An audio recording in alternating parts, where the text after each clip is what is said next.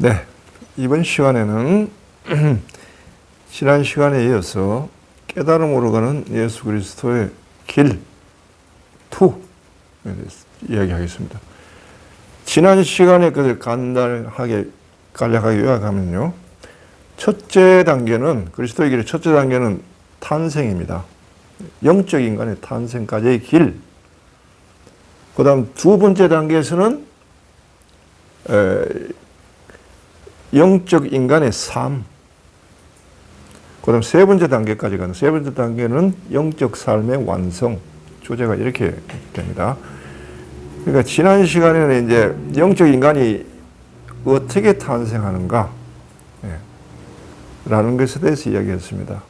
요 세 가지를 성경에 빗대서 얘기하면요. 예수님이 나는 길이요, 진리요, 생명이다 라고 이야기했는데, 바로 첫째 단계가 길에 해당되는 겁니다. 깨달음으로 가는 길. 두 번째 단계가 진리의 삶. 요 세 번째 단계는 지금 서진 않았는데, 칠판이 모자라가지고, 영적 삶의 완성.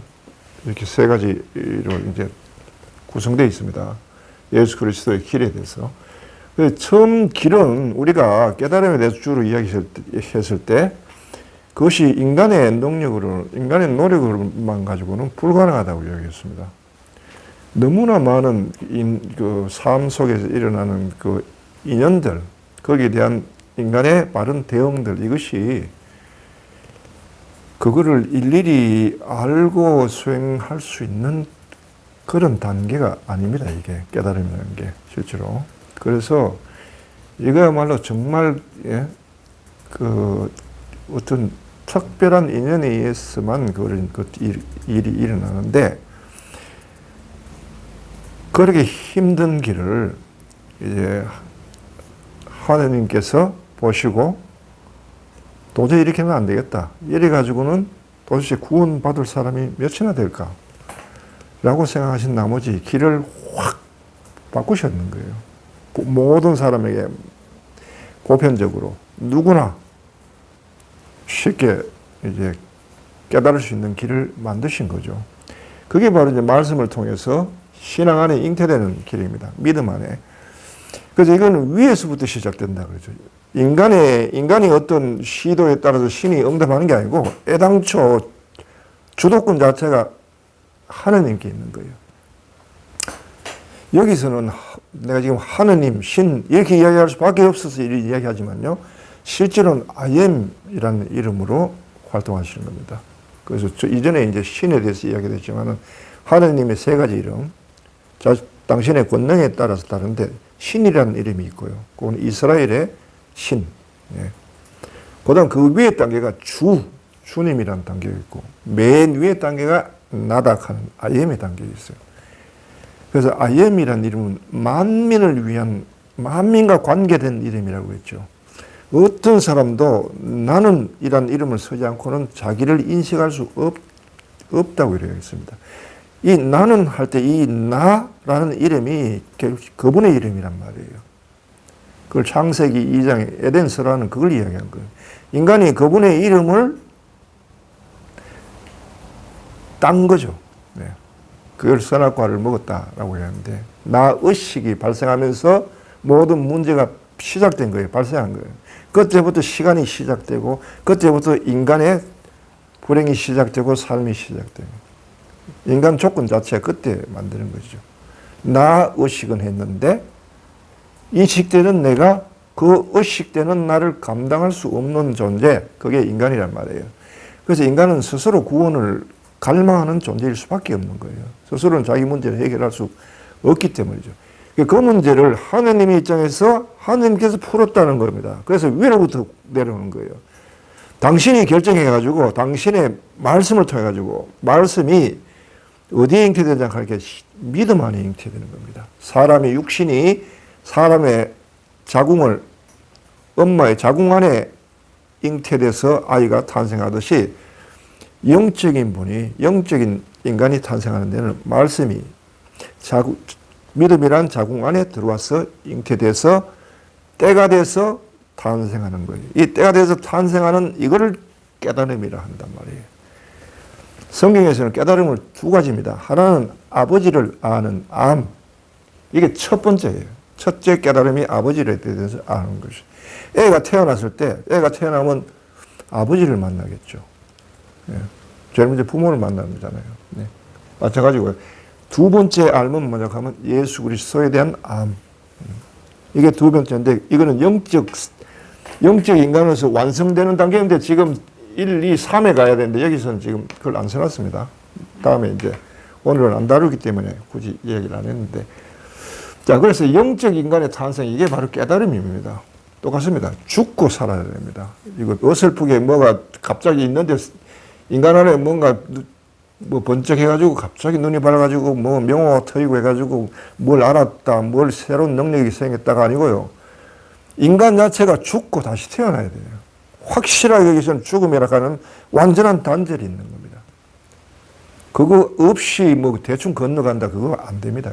여기서 영혼적 존재가 죽고 영적 존재를 탄생하는 거, 영으로 거듭나는 거, 성령으로 거듭나는 것을 영적 탄생이라 이야기한단 말입니다. 자, 이렇게 된 게 이제 1단계의 삶인데, 1단계의 삶을, 체험한 사람은, 이게 영적 체험의 첫 체험이죠. 첫 번째 체험, 자기 삶 안에 일어나는 첫 체험이, 이걸 뭐라고 하냐면은, 원형 체험이란단 말이에요. 원형 체험. 맨 처음에 체험은 뭐냐 하면 어떤 빛을 체험하는 그 순간을 이야기하는 거 아닙니다. 빛이 체험되기까지의 이 과정 전체가 하나의 체험이에요. 이게 하나의 히스토리죠. 영적 히스토리. 탄생까지 가는 히스토리 자체가 깨달음입니다. 그러면 이게 원형 체험을 한 사람은 처음 시작해서 삶에서 깨달았다 하는 건 뭐냐 하면 삶의 성공의 역사입니다. 이것만한 성공의 역사가 없죠. 다른 성공은 모두 시간이 지나면 사라지지만 이거는 영원히 사라지지 않기 때문입니다. 그렇기 때문에 이 성공의 역사를 자기 DNA에 가지고 있는 겁니다. 네. 그리고 이 사람은 원형 체험으로 시작되고 원형 체험을 살아갑니다. 또 계속. 그러니까 자기 안에 성공할 수 있는 DNA를 이미 갖고 있는 겁니다. 이게 새 계약에서 하나님이 말씀하시는 내 뜻을 그 마음 안에 불어넣어주고 그 생각에 불어넣어주고 그 마음에 새겨준다 라고 한 그 뜻인데요. 이 사람은 언제 어디서 어느 상황에 던져져도 결국은 원형 체험대로 살아가야 돼요. 네. 처음 시작한 그 자리를 돌아온단 말이에요. 원형 체험한 사람은 회귀 본성을 가집니다. 정말 이 사람은 혼자 사막에 던져놔도 그 사람은 제자리로 돌아와요. 마치 연어처럼. 돌아올 때 그냥 돌아오는 게 아니고 온 삶에 참된 의미를 갖고 돌아오는 거죠. 한 번씩 돌아올 때마다 이 원형 체험에 대한 알미 계속 발전이 되는데, 예, 이렇게 해서 시작되는 삶이 있습니다. 여기에 대해서 오늘은 좀 설명하고요. 삶에 대해 세 가지로 주로 구분하는데, 원형 체험적인 삶, 요걸 영적인 삶이랍니다. 그 다음 두 번째는 영적인 사람들이 깨달은 사람도 어디서 사냐 하면 세속 안에서 살아요. 두 개의 세계가 부딪힙니다. 자기 안에서. 세속 안에서는 세속적 가치관이 있어요. 그걸 따라 사는 사람이 있고 그걸 추구하는 무리들이 있단 말이에요. 그 사람들이 다수죠. 영적으로 깨어난 사람은 여기에서는 그야말로 나그네에 불과하다. 예. 그런데 그 안에서 영적 원리에 따라 살아야 되니까 이 두 삶의 가치관에 대한 식별이 있어야 되고, 그 다음 선택할 줄 알아야 되는 거예요. 예. 바로 이제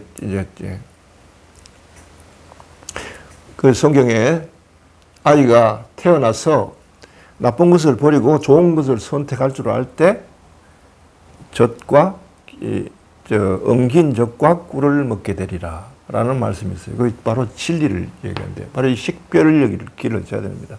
이게 길러져야만 어른이 될 수 있는 거예요. 예. 이게 두 개가 돼야 그다음에 세 번째는 이게 남에게 영적인 삶을 전하는 삶을 살 수 있습니다. 이걸 사도로서의 삶이라고 합니다. 사도로의 삶이고 이거는 말씀의 서성직입니다.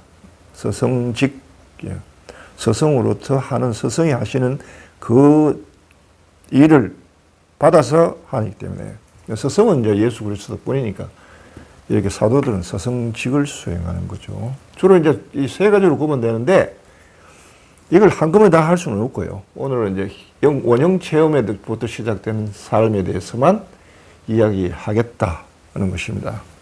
이걸 이야기하려고 하면 밑에 걸 조금 지우고 가겠습니다.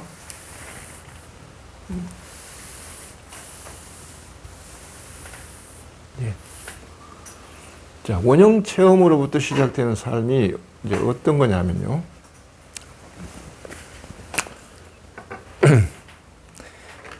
우선 믿음의 삶.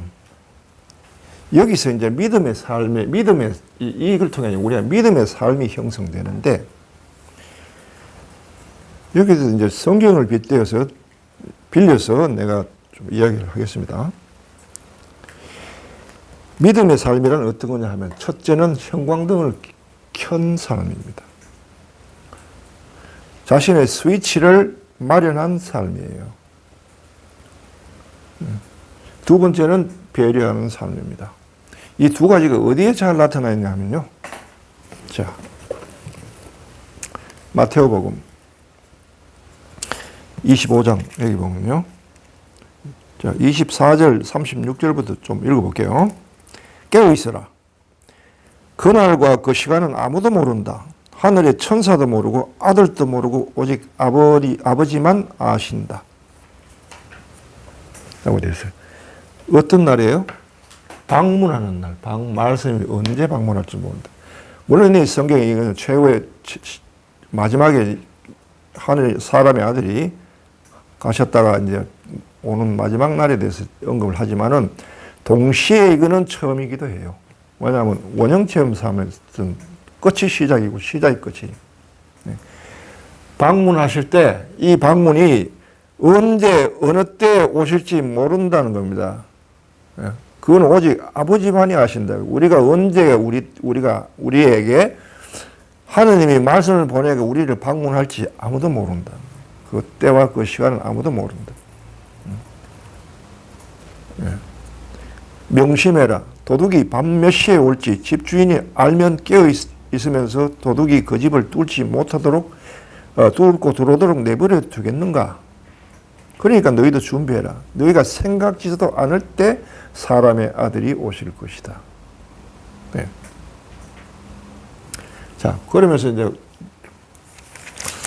그 다음에 이제 뭐라고 하냐 하면은 그때 두 사람이 덜에 있으면 하나는 데려가고 하나는 버려둘 것이다. 두 여인이 맷돌질을 하면 하나는 데려가고 하나는 버려둘 것이다. 이게 무슨 뜻이냐? 예, 요 뒤에 나오는 달란트의 비유와 연관시켜서 이제 설명하겠습니다. 우선 먼저 요 형광등 켜는 삶에 대해서 비유, 요건 10처녀의 비유로 나옵니다. 한번 들어보세요. 하늘나라는 저마다 등을 들고 신랑을 맞으러 나간 10처녀의 비유할 수 있다. 그중 5은 어리석고 5은 슬기롭다. 어리석은 처녀는 등은 가지고 있는데 기름을 가지고 있지 않았고 슬기로운 처녀는 등과 함께 기름도 그릇에 담고 있었다. 신랑이 늦게 오자 처녀가 모두 졸았단 말이에요. 그런데 한밤중에 신랑이 온다 하고 누가 외쳤어요. 그러자 이제 처녀들이 일어나서 맞으러 나갔는데 기름이 차 있는 등불을 가진 처녀는 불을 켜서 켠 등을 가져가죠. 기름이 없는 등을 가진 처녀들은 꺼진 등을 가지고 갈 수밖에 없단 말이에요. 그러자 이제 기름이 없는 등을 가진 처녀들이, 어리석은 처녀들이 좀 우리 기름 좀 달라 하니까 기름을 가지고 있는 처녀들이 너희들한테 나눠주면은 나도 모자라고 너희도 모자랄 것이다. 그러니까 너희 빨리 가서 살아. 라고 사러 간 사이에 신랑이 온 거예요. 그래서 등을 가진 처녀는 신랑을 맞아들였고 등이 없는 처녀는 신랑을 맞이하지 못했다. 자, 이걸 형광등에 비유합니다. 등을 가진 처녀, 그 등은 형광등을 이야기합니다. 이거 옛날에는 형광등이 없으니까 이렇게 비유할 수밖에 없죠. 등불에. 기름은 무엇에 비유하느냐? 스위치입니다. 형광등과 스위치를 가진 처녀가 있고 형광등을 가지고 있으면서 스위치를 가지고 있지 않은 처녀가 있었어요. 부류가 두 부류였어요. 스위치를 마련한 처녀는 한밤중에 신랑이 온다라고 하니까 불을 켰어요. 그러니까 집에 방에 불이 들어왔죠. 신랑이 와보니까 불이 들어온 집이 있고 불이 들어오지 않은 집이 있어요. 그러니까 신랑이 불이 들어온 집은 주인이 있으니까 그로 들어간 거고요. 꺼진 집은 아직 사람이 없으니까 들어가지 않은 겁니다. 똑같죠, 비유가? 네. 그래서 여기서 열처녀의 비유는 그러니까 어리석은 처녀들이 되지 말고 슬기로운 처녀가 되라. 항상 등과 기름을 가지고 있어라. 뭘 가지고 있으라고요? 형광등은 다 가지고 있는데 스위치를 마련해 놔라는 겁니다. 언제든지 불을 켤 수 있도록. 그때 허겁지겁 스위치 마련하려고 하면은 안 된다는, 이미 늦었다는 겁니다. 자, 요렇게 하나 형광등 켜진 삶. 두 번째는 배려하는 삶이에요. 예. 배려심이 얼마나 중요한지. 아까 이제 갑시다. 두 사람이 있는데 두 여자가 한 맷돌질을 하는데 하나는 데려가고 하나는 버려둘 것이다. 덜에 있으면 하나는 데려가고 하나는 내버려둘 것이다. 두 사람 사이에 무슨 일이 일어날까요? 네. 두 사람이 있고 두 사람이 있으면 항상 한 사람은 자, 물건을 하나 있는데 두 사람이 있으면 어떻게 됩니까? 하나는 욕심을 내고 하나는 양보할 수밖에 없는 입장에 놓이죠. 욕심을 낸 사람들은 데려가지 않고요. 양보하는 사람들을 데려간다는 뜻입니다. 그 안에 배려하는 사람을 데려가신다는 뜻이 담겨 있는 겁니다. 그게. 배려심을 또 뭐에 비유했나 하면 달란트에 비유했어요. 이 달란트는 예수님이 비유할 때 이 배려심을 대해서, 사랑에 대해서 쓸 때 달란트를 비유하셔요. 예. 왜냐하면 달란트가 가치가 어마어마한 거예요. 1달란트라고 치면요. 그게 뭐랄까요. 보통 사람들 가질 수 없는 돈이었어요. 그러니까 이스라엘의 분봉왕, 로마로부터 이제 왕직을 수여받아서 1년에 내는 세금이 달란트로 냈는데 그때만 달란트가 쓰였어요. 그 달란트가 한 200, 300달란트 밖에 안 돼요. 1년 세금 내는 것이. 그러니까 1달란트라고 하면은 예, 그것만 해도 어마어마한데 여기에 비유하는 거 보면요. 주인이 여행을 떠나면서 종들에게 달란트를 줍니다. 한 사람은 10개, 한 사람은 5개, 다른 사람은 2개, 마지막은 하나 줬는데, 나중에 돌아와서 보니까 10달란트를 준 종은 10개를 남기고, 5개 받은 종은 5개를 남기고, 2개 받은 종은 2개를 남겼는데, 하나 받은 종은 서지를 않았다. 그래, 그냥 묻어뒀단 말이에요. 묻어뒀다가 주인이 오니까 이제 한 거예요. 혹시 잃을까 하는 염려 때문에. 그런데 이제 야단 맞죠. 세 종은 칭찬을 받는데 한 종은 야단 맞아요. 내가 너한테 돈을 줄 때는 남기라고 했는데 너는 그냥 아무것도 안 하고 아무것도 안 했지 않냐. 우리가 이 영적 깨달음 체험이라고 하는 것은 이 체험이 뭐냐 하면 달란트와 같아요. 이 체험이요. 깨달음이 달란트가 그만큼 가치가 있답니다. 이 체험은 배려하면 할수록 커지는 겁니다. 계속 자라요. 그래서 배려하는 삶을 살아야만 달란트를 누리는 방법이에요. 배려는 자선하고 다른 겁니다. 이제 뭐 베푼다, 베품하고 다르다는 거예요. 베푸는 건 선한 행위고, 배려는 미리 앞날을 예측해가지고 앞으로 일어날 이런 곤란한 일을 미리 예측하고 그거를 감수하고 받아들이는 적극적인 자세입니다. 주체적인 자세고. 네. 내가 주로 이제 운전할 때 이제 비유했죠. 운전하기 전에 앞으로 이런 일어날 일들에 대해서 미리 배려를 하고 운전대를 잡아라. 그러면 그런 상황이 일어났을 때 네가 놀라서 의식지수가 200 이하로 떨어지는 법이 없을 것이다. 배려심을 내서 하는 행동은 의식지수가 310 이상이다. 예. 그러니까 영적으로 사는 사람은 적어도 형광등의 켠 삶, 배려하는 삶, 이 두 가지로 해서 의식지수 자체가 최하가 300 이상입니다. 그 이하로 내려오지 않아요. 그 다음 400, 500대 옵니다. 남을 위해 희생하는 삶, 그런 삶을 살고, 예. 자신의 이익을 도모하지 않는 삶, 그런 삶을 살기 때문에 굉장히 이 의식이 밝은 의식을 가지고 살 수밖에 없죠. 자, 이렇게 이제 살아가는 삶인데요. 자, 원형 체험으로 이제 시작되는 삶이 어떻게 되는지, 예. 거기에 대해서 이제 잠시 이제 그림을 좀 그려가지고 아마 설명하는 게 나을 것 같은데요.